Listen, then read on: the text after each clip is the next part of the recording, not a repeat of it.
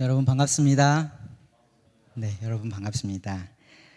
오늘은 대림 노아와 식구들 같이라는 제목으로 대림절 둘째 주 말씀을 나누겠습니다.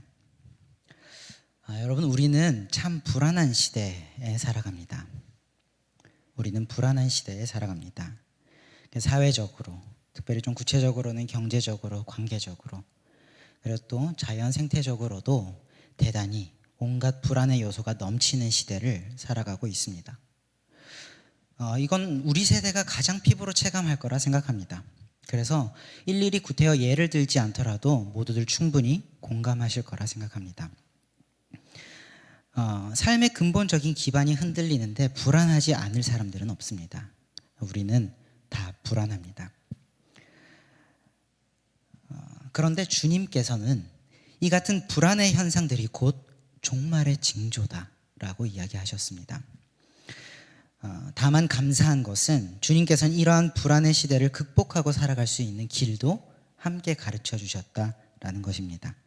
오늘 말씀을 통해 주님께서 우리 세대에게 전해주시는 이 좋은 소식을 붙잡고 삶으로 살아낼 수 있는 우리 청년들 되었으면 좋겠습니다. 오늘 말씀은 예수님의 종말에 대한 가르침이죠. 한날은 제자들이 예수님께 와서 조용히 물었습니다. 주님의 재림과 세상 마지막 날의 징조는 어떠하겠습니까? 그리고 이에 대한 대답이 오늘 본문 다 읽진 않았지만 앞에서부터 쭉 이어지는 오늘 본문의 내용입니다. 주님께서는 먼저 마지막이 다가오기 시작할 때에 그 징조에 대해서 설명해 주십니다. 그 앞에 절들을 다 읽을 시간이 없어서 제가 좀 간략하게 몇 가지만 짚어보면 이렇습니다. 4절에 보면 자신이 진리라고 주장하는 자들이 많아져서 무엇이 옳은가에 대한 사람들의 판단이 흐려질 거다라고 이야기하십니다. 또 7절에 보면 민족이 민족을, 나라가 나라를 대적하여 일어나겠고 곳곳에 기근과 지진이 있을 것이다. 또 12절에 보면 온갖 불법적인 일들이 많아져서 사람들의 사랑이 식을 것이다. 또 그 뒤로도 29절에 보면 해와 달이 빛을 잃고 별이 하늘에서 떨어지는 등 자연의 질서가 흔들리게 될 거다라고 종말의 징조에 대해서 말씀해 주셨습니다.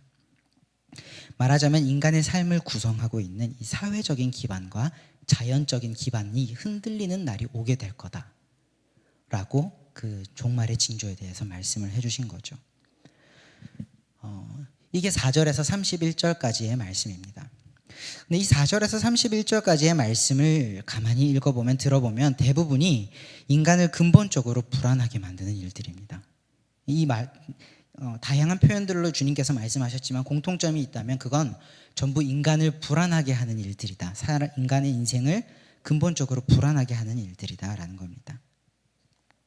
주님께서는 사람의 불안이 극에 달할 때, 바로 그때가 종말의 징조다라고 말씀하고 계신 겁니다. 이런 시대를 우리는 어떤 마음으로 또 어떤 태도로 살아야 할까요? 주님께서는 우리에게 그 대답을 뭐라고 주실까요? 주님의 대답은 대단히 간단했습니다. 명료했습니다. 구구절절 길지 않았습니다. 누구나 들어도 오래 기억할 만큼 간단했습니다. 그 주님의 대답은 42절입니다. 우리 한 목소리로 읽어볼까요?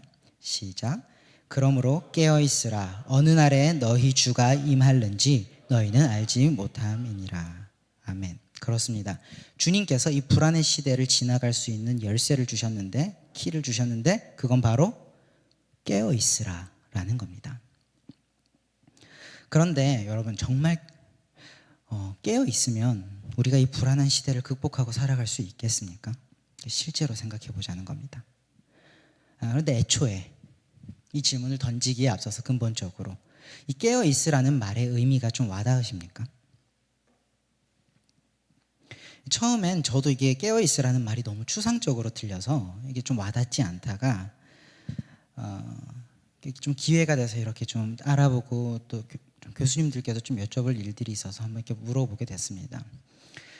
성경이 이제 워낙 수천 년, 2000년 전에 쓰여진 문헌들이다 보니까 성경을 문헌학적으로 연구하는 방법이 있는데, 이 방법으로 분석을 해보면 그 어떤 표현들이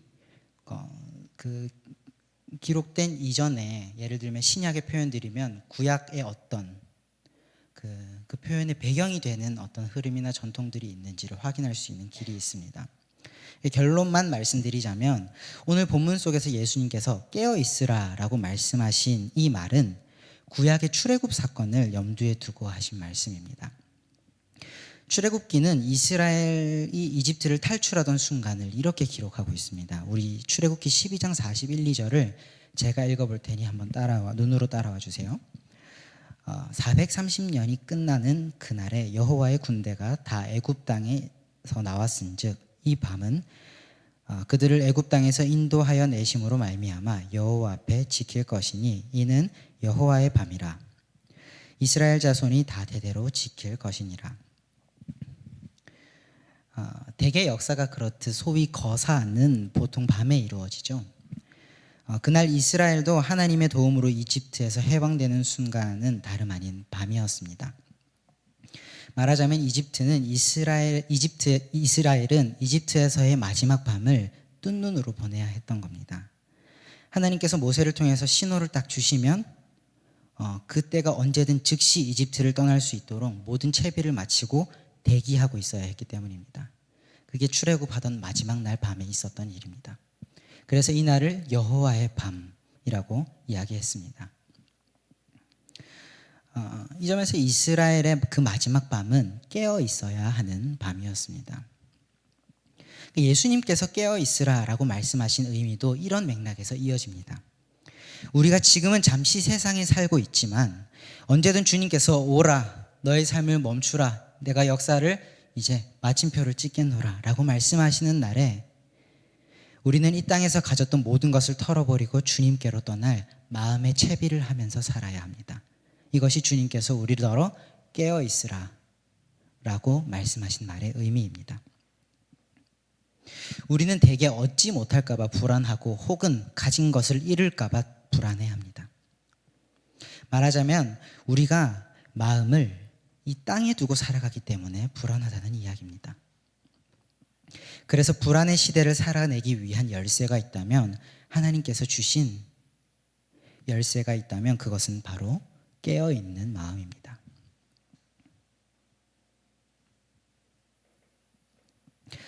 이 땅은 소풍처럼 잠시 들린 곳이며 나의 영원한 삶은 저 하늘에 있다 라고 믿을 때 우리는 비로소 수많은 강박과 집착으로부터 자유를 얻을 수 있습니다. 이것이 성경은 우리가 나그네의 마음으로 이렇게 살아갈 때 종말이 가까운 불안의 시대 속에서도 주어진 삶을 건강하게 경작할 수 있다라고 증언하고 있습니다. 이것이 우리에게 주어진 해결책이고 또 좋은 소식입니다. 종말을 대비하는 주님의 오심을 준비하는 우리의 삶입니다. 하지만 마지막 문제가 남아 있습니다. 사실 우리에게 이 성경이 전하는 말씀이 대단히 긴가민가하게 들린다라는 부분입니다. 정말로 주님께서 다시 오실까? 라는 의문과 성경의 가르침대로 살면 정말 내가 지금 피부로 느끼고 있는 이 불안이 해소될까? 라고 하는 의구심들, 이 두 의문이 동시에 듭니다. 그래서 우리는 확신하기보다는 되게 긴가민가합니다. 하지만 이 자체가 불신앙이라고 이야기할 수는 없습니다. 틀린 것도 잘못된 것도 아닐지 모릅니다. 오히려 이런 의구심들은 자연스러운 일일 겁니다. 왜냐하면 오늘 본문 주님께서 하신 말씀을 기억해 보면 노아의 때도 그러했기 때문입니다. 홍수로 인류가 쓸려나갈 것이다 라고 하는 하나님의 예고를 노아가 들었습니다. 그런데 홍수로 인류가 쓸려나가는 일은 그 당시까지만 하더라도 인류 역사상 단 한 번도 겪어보지 못한 정말 새로운 사건이었습니다. 인류의 경험으로 검증할 수 없는 일입니다. 그런 일 앞에서 노아의 식구들이던 노아의 식구들이 아니던 간에 그 일에 대해서 긴가민가한 입장을 가지는 건 대단히 자연스러운 일입니다. 그러나 이 둘 사이에는 아주 미묘한 차이가 있었고 그 미묘한 차이가 양쪽의 운명을 갈랐습니다. 우리는 알고 있습니다. 당시 노아의 식구들을 제외한 모든 사람들은 긴가민가했기에 방주에 타지 않았습니다. 방주를 만드는 일을 조롱했습니다. 아닐 수도 있지 않느냐라고.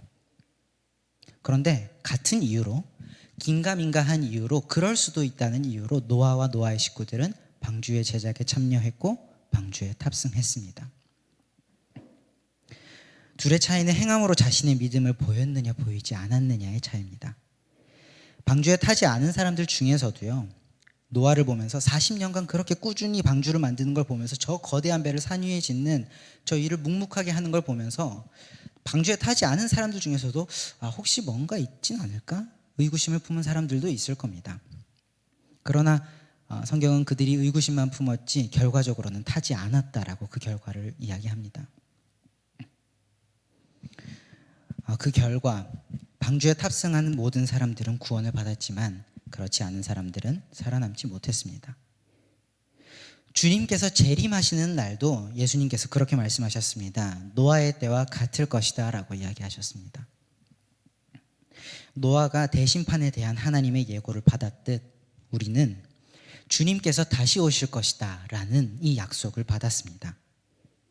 이건 역사 속에서 한 번도 일어나지 않은 새로운 사건이라는 점에서 노아가 받은 것과 동일합니다.